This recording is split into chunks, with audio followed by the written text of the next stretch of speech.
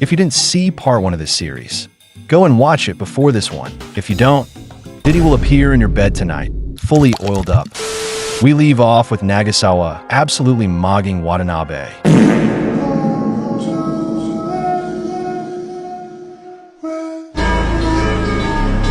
He's so hot! Soon it becomes time to switch tables, so they exchange phone numbers. I'ma be nice. I'm trying to get like you, my boy. Watanabe is excited and instantly starts simping.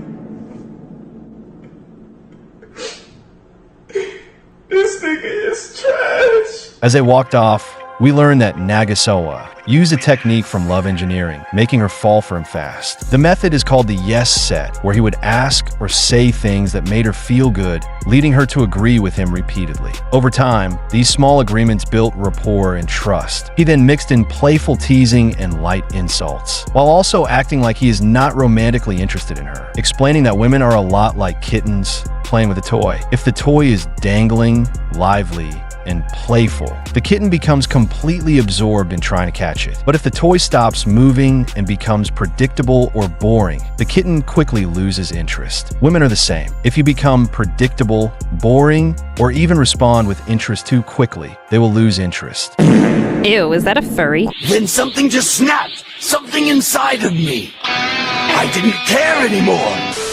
Nagasawa takes Watanabe outside, instructing him to approach women and ask for directions to the bar, aiming to test his confidence.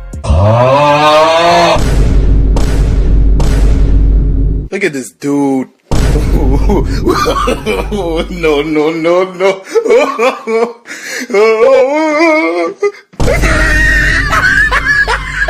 Nagasawa sees this going nowhere and decides to give it as an order, which makes Watanabe actually lock in. He quickly stops 2 women, immediately asking for directions to the bar without any hesitation. They gave him directions and headed off.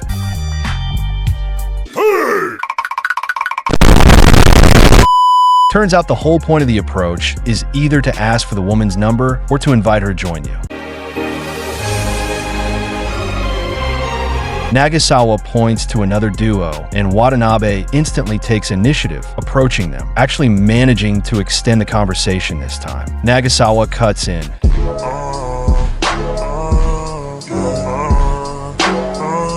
Casually inviting them to the bar for a group date for exactly 20 minutes, which they agree to. At the bar, they seem to have a good time, laughing and enjoying each other's company. Shut the fuck up. Right now, today! Soon, the 20 minutes elapsed, signaling that it was time for Nagasawa and Watanabe to leave. They exchanged numbers. You talk about them all the time. Because I said my booty hole brown. And what else did you say? My coochie pink. While they walk, Nagasawa teaches Watanabe another technique from love engineering, time constraint. Basically, time constraint is when you mention what time you will be leaving, essentially putting a time limit on the conversation from the start, which eases the fear of the woman you are approaching, and by acting busy, it creates an illusion of popularity. We cut to a food court where Watanabe and Nagasawa are on another group date. Big back, big back, big back, big back.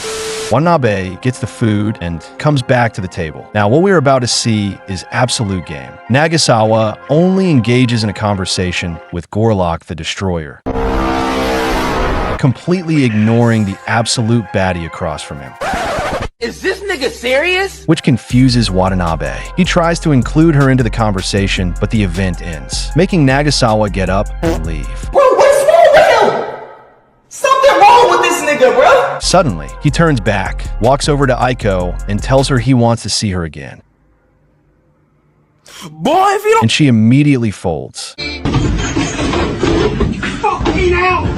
We pan to the duo walking outside when Nagasawa decides to up the stakes, announcing that they will be cold, approaching women, which is very foreign to Watanabe. Hey, yo, what the fuck? Hell no. As they move through the crowd, Watanabe practices locking eyes with the women passing by, which he somehow fails. What? Like, weren't you just talking to some girls? Bro is a fraud. Well, no fucking shit. Nagasawa explains that women can sense a man's confidence through the way he makes eye contact, telling Watanabe to practice locking eyes with strangers every day, no matter where he goes. They plan to head to a place called Ginza, a popular spot for flirting, where they'll actually do the pickups, and on the way, Watanabe will practice approaching women so he won't feel like a fish out of water.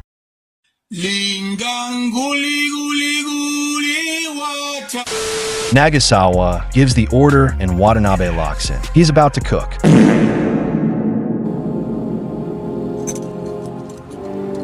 That shit is crazy. I really don't like that guy.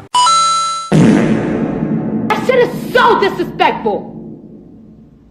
So disrespectful. That shit got me so After those brutal rejections, Watanabe decides to keep going. That's why he's the GOAT. The GOAT. At a cinema club, he stops two girls and immediately asks for directions to the bar, but they don't know. Nagasawa seizes the moment and casually asks if they've just seen a movie, nudging Watanabe to follow up by asking which movie they saw. Before they can answer, Nagasawa grins and says to let him guess, claiming he can read minds.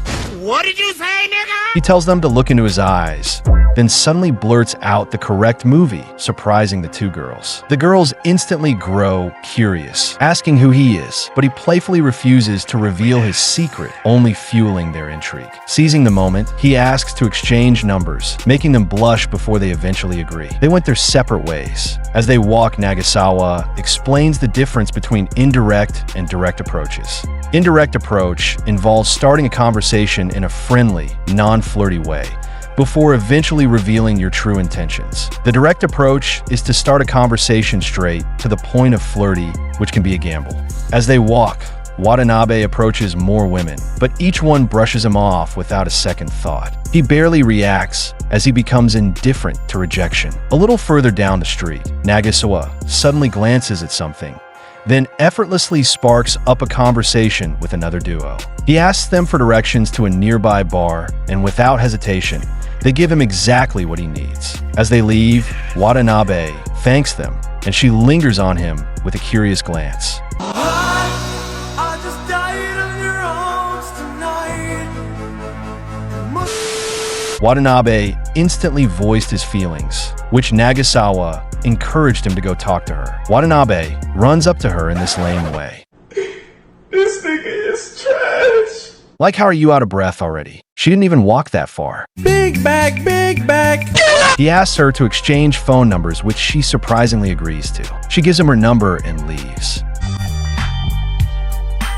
Watanabe is so happy, feeling like he's finally stepping into the role of the main character.